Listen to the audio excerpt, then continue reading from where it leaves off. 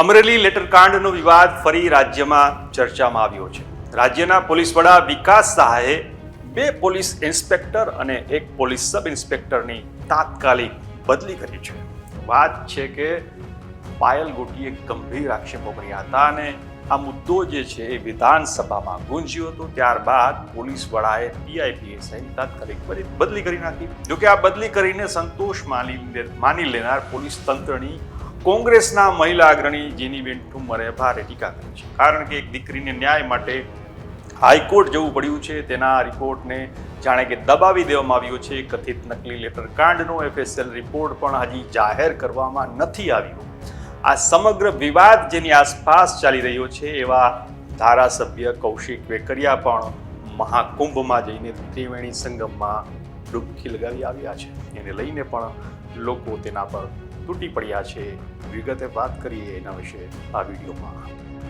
નમસ્કાર, તમે જોઈ રહ્યા છો વાઇબ્સ ઓફ ઇન્ડિયા અને મારું નામ છે ઇમરાન.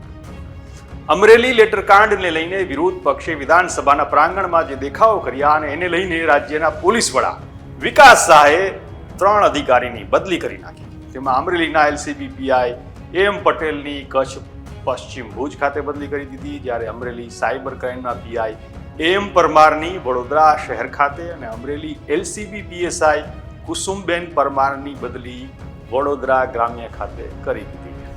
રાજ્યના પોલીસ વડાએ આ બદલીઓને જાહેર હિતમાં લેવાયેલો નિર્ણય ગણાવ્યો છે. તેમણે કહ્યું કે પોલીસ તંત્રમાં ભ્રષ્ટાચાર ગેરરીતિ આચરનારા કોઈ પણ અધિકારીને છોડવામાં નહીં આવે. હવે પોલીસે આ જે બદલી કરી છે એને લઈને કોંગ્રેસના મહિલા નેતા જેની ઠુમ્મરે આકરા પ્રહાર કર્યા છે. તેમણે એક સોશિયલ મીડિયા પોસ્ટમાં લખ્યું છે કે બદલી કરવી એ સજા નથી. અમરેલી લેટરકાંડ પ્રકરણ અંતર્ગત સરકાર દ્વારા લેવામાં આવેલ નિર્ણય પહેલા 3 પોલીસ કર્મચારીઓને સસ્પેન્ડ કર્યા, પછી બીજા 3 પોલીસ કર્મચારીને બદલી. એસપીને સૂચના આપનારનો હજી પણ આ બાદ બચાવ. કોઈ જ સરકારી કર્મચારી સામે ક્યારે વાંધો ના હોઈ શકે, પરંતુ ભાજપના એજન્ટ બનીને નિયમો અને કાયદાઓને નેવે મૂકીને ફરજ બજાવનારને સાંખી પણ શકાય નહીં. આકરા શબ્દો છે જેની ઠુમ્મરના.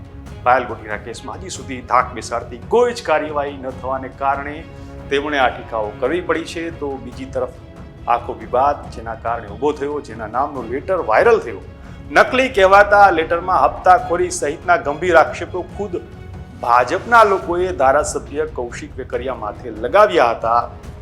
પાયલ ગોટી સહિતના જે લેટરકાંડના આરોપીઓના વરઘોડા કાઢીને જેમની સાથે જે પ્રકારની બદસલુકી થઈ, જેમના ઇશારે થઈ હોવાના આ આક્ષેપો વિપક્ષે કર્યા હતા, એવા કૌશિક વેકરિયા 23 ફેબ્રુઆરીએ મહાકુંભ પહોંચ્યા અને ત્યાં ત્રિવેણી સંગમમાં ડૂબકી લગાવી એ સમયનો વિડીયો જ્યારે તેમણે સોશિયલ મીડિયામાં શેર કર્યો ત્યારે લોકોએ બરાબરની તેમના પર ફટકાર લગાવી હતી.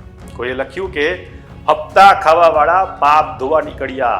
પાયલ ગોટી સાથે જે કર્યું છે એનું પાપ આવી રીતે નહીં ધોવાય. લોકોને પોતાના પરિવારથી દૂર કરવા, નિર્દોષ લોકોને જેલમાં નખાવવા, ખોટા કેસમાં ખોટી રીતે લોકોને ફસાવવા, નિર્દોષ દીકરીઓ પર અત્યાચાર કરવો, આલોચના કરતા લોકોને માનસિક, શારીરિક, પારિવારિક હેરાન કરવા, તોડ પાણીના નામે હપ્તા ઉઘરાવવા, ખનન દારૂ લુખાવેડા દ્વારા પઠાણી ઉઘરાણા કરવા, પરિવારોને યાતનાઓ આપવી, હલકટ વેળા કરવા, પોતાની રાજકીય મહત્વકાંક્ષાઓ પૂર્ણ કરવા, ધર્મનું આડંબર અને ભગવાનના નામનો દુરુપયોગ કરવો, રાક્ષસી કૃત્યો કરવા જેવા હજારો ગુનાઓમાંથી તું ક્યારેય મુક્ત નહીં થા.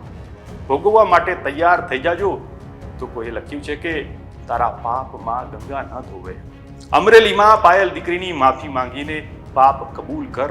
જેસલ જાડેજા જેમ બાકી તારી નાવ ડૂબવાની બાકી છે. પાયલબેન ગોટીનું પાપનું પ્રાયશ્ચિત કરવા તો ગયા, પણ બગલો હોય તે કાળો ન થાય, કોયલ હોય તે ક્યારેય સફેદ ન થાય, પણ જનતાને દેખાવ કરવા જવું પડે છે. તો કોઈ પોલીસની બદલીને લઈને પણ કૌશિક વેકરિયા પર નિશાન સાધ્યું અને લખ્યું કે 3 સસ્પેન્ડ, 3ની બદલી. મહાકુંભનું સ્નાન લ્યો, પાપ ધોવાઈ ગયા અમરેલીમાં. આ રીતે ભાજપના ધારાસભ્ય કૌશિક વેકરિયા સમગ્ર વિવાદમાં અત્યાર સુધી ચૂપ રહ્યા છે. તેમના પર અનેક આક્ષેપો થયા, પણ આજે 2 મહિના ઉપર સમય થયો છતાં તેમણે કોઈ જ ખુલાસા કર્યા નથી. ત્યારે તેમણે મહાકુંભમાં જઈને ડૂબકી પણ લગાવી છે. ત્યારે લોકોએ તેમના પર જે આક્ષેપો, આરોપો અને પ્રહારો કર્યા છે. તો બીજી તરફ પોલીસે માત્ર બદલી કરીને સંતોષ માની લીધો છે. એના વિશે તમારું શું કહેવું છે? પાયલ ગોટીનો આ જે વિવાદ છે એ એક દીકરીને ન્યાય મળશે કે કેમ, એ ન્યાય મેળવવા માટે ઝઝૂમી રહી છે. આ વિશે તમારું શું માનવું છે? કોમેન્ટ કરીને ચોક્કસથી અમને જણાવજો અને આવી જ અપડેટ માટે જોતા રહેજો વાઇબ્સ ઓફ ઇન્ડિયા. નમસ્કાર.